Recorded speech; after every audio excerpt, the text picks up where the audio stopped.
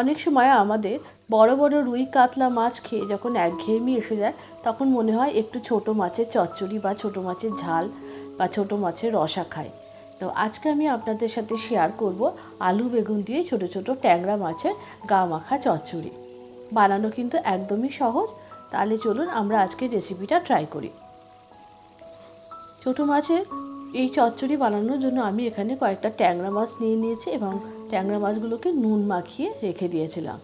আর এরপরে কড়াইতে তেল গরম হলে আমি ট্যাংরা মাছগুলো দিয়ে দিয়েছি। আগে একটু অল্প হলুদ দিয়ে দিয়েছি। ট্যাংরা মাছগুলোর গায়ে কিন্তু আমি অল্প একটু কাঁচা সরষের তেল মাখিয়ে নিয়েছিলাম। যে কোনো আঁশবিহীন মাছ কিন্তু ভাজার আগে অবশ্যই একটু সরষের তেল মাখিয়ে নেবেন, তা নাহলে কিন্তু মাছগুলো থেকে ভীষণ তেল ছিটকানোর ভয় থাকে। এরপরে কড়াইয়ে ঢাকনা চাপা দিয়ে কিন্তু আমি এই ট্যাংরা মাছগুলো বেশ লাল লাল করে ভেজে নেব। ট্যাংরা মাছগুলো যতক্ষণ ভাজা হচ্ছে আমি এদিকে ট্যাংরা মাছের দেওয়ার জন্য যে সবজিগুলো লাগবে সেগুলো কেটে নেব। প্রথমে আমি একটা টমেটো আর কাঁচা লঙ্কা নিয়ে নিয়েছি। আর আমি এরপরেই নিয়ে নিয়েছি একটা ছোট সাইজের বেগুন। বেগুনটাকে কিন্তু আমি একটু লম্বা ফালি করে কেটে নিয়েছি।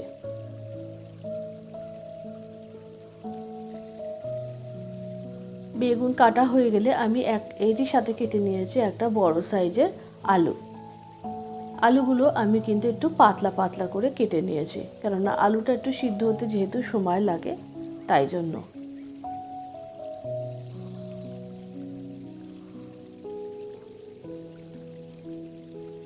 এই ছোট মাছের চচ্চড়ি কিন্তু গরম ভাতের সাথে খেতে কিন্তু ভীষণ ভালো লাগে। আপনারা অবশ্যই বাড়িতে ট্রাই করবেন। গরমের দিনের জন্য কিন্তু এই ছোট মাছের চচ্চড়ি খুবই উপকারী শরীরের জন্য। আলুগুলো কাটা হয়ে গেছে। এরপরে আমি টমেটো এবং কাঁচা লঙ্কাটা কেটে নিয়েছি টুকরো করে।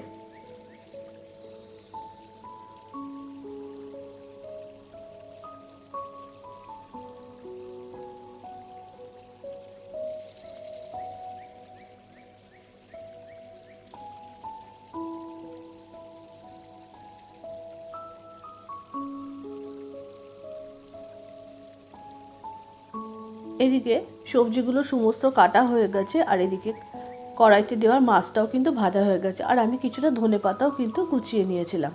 মাছটা একটু বেশি কড়া করে ভাজা হয়ে গেছে। এদিকে তরকারি কাটতে কাটতে মাছগুলোকে আমি একটা আলাদা পাত্রে তুলে নিয়েছি। ওই তেলের মধ্যেই আমি টুকরো করে কেটে রাখা বেগুনগুলোকে দিয়ে খুব ভালো করে ভেজে নিয়েছি। এই ঝোলের মধ্যে কিন্তু আপনারা চাইলে একটু বড়ি দিতে পারেন। যেহেতু আমার ঘরে বড়ি ছিল না তাই আমি বড়িটা দিতে পারিনি। বেগুনগুলো খুব ভালো করে লাল লাল করে ভেজে তুলে নিয়েছি। এরপরে কড়াইতে থাকা তেলের মধ্যে দিয়ে দিয়েছি একটু কালো জিরে ফোড়ন, আর দেওয়ার পরেই দিয়ে দিয়েছি টুকরো করে কেটে রাখা আলুগুলোকে। আলুগুলোকে এই সময় একটু লাল লাল করে ভেজে নেব। আর দিয়ে দিয়েছি কেটে রাখা কাঁচা লঙ্কাগুলো। কাঁচা লঙ্কা ফোড়ন দিলে কিন্তু তরকারিতে একটা সুন্দর ফ্লেভার আসে। আলুটা ভাজা হচ্ছে এই সময় আমি একটা মশলার পেস্ট বানিয়ে নেব। নিয়েছি একটু নুন, একটু হলুদ গুঁড়ো, একটু আদা বাটা, আর নিয়েছি ঘরে তৈরি করে রাখা সর্ষে গুঁড়ো, আর অল্প একটু ভাজা জিরে গুঁড়ো। সবই 1 টিস্পুন করে দিয়েছি। আর দিয়ে দিয়েছি একটু কাশ্মীরি রেড চিলি পাউডার। নুনটা আপনারা স্বাদ অনুযায়ী দেবেন। এরপরে আলুগুলো ভালো করে ভাজা হয়ে গেলে আমি এর মধ্যে টুকরো করে কেটে রাখা টমেটোগুলো দিয়ে দিয়েছি।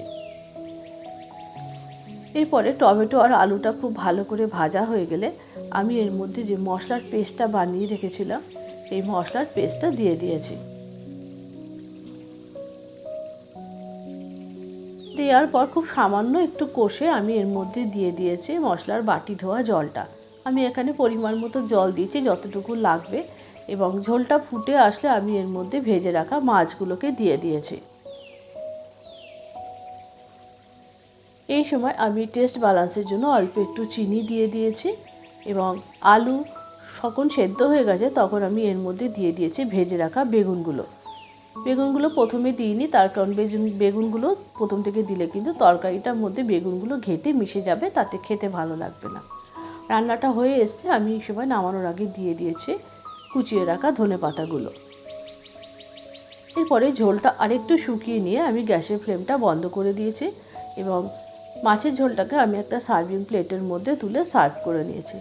আপনারা অবশ্যই বাড়িতে এই রেসিপিটা ট্রাই করবেন, খেতে কিন্তু অসাধারণ হয়। আর ছোট মাছ, ট্যাংরা মাছে কিন্তু একটা আলাদাই স্বাদ আসে।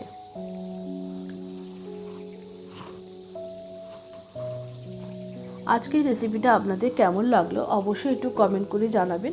যদি ভালো লেগে থাকে অবশ্যই একটু লাইক করে বন্ধুদের মধ্যে শেয়ার করে দেবেন। আর ফেসবুক পেজটিকে একটু ফলো করে দেওয়ার জন্য অনুরোধ রইল। যদি ইউটিউব থেকে দেখে থাকেন তাহলে অবশ্যই একটু চ্যানেলটি সাবস্ক্রাইব করে দেওয়ার জন্য অনুরোধ রইল। আবারও হাজির হব আরও নতুন নতুন রেসিপি নিয়ে আপনাদের সামনে।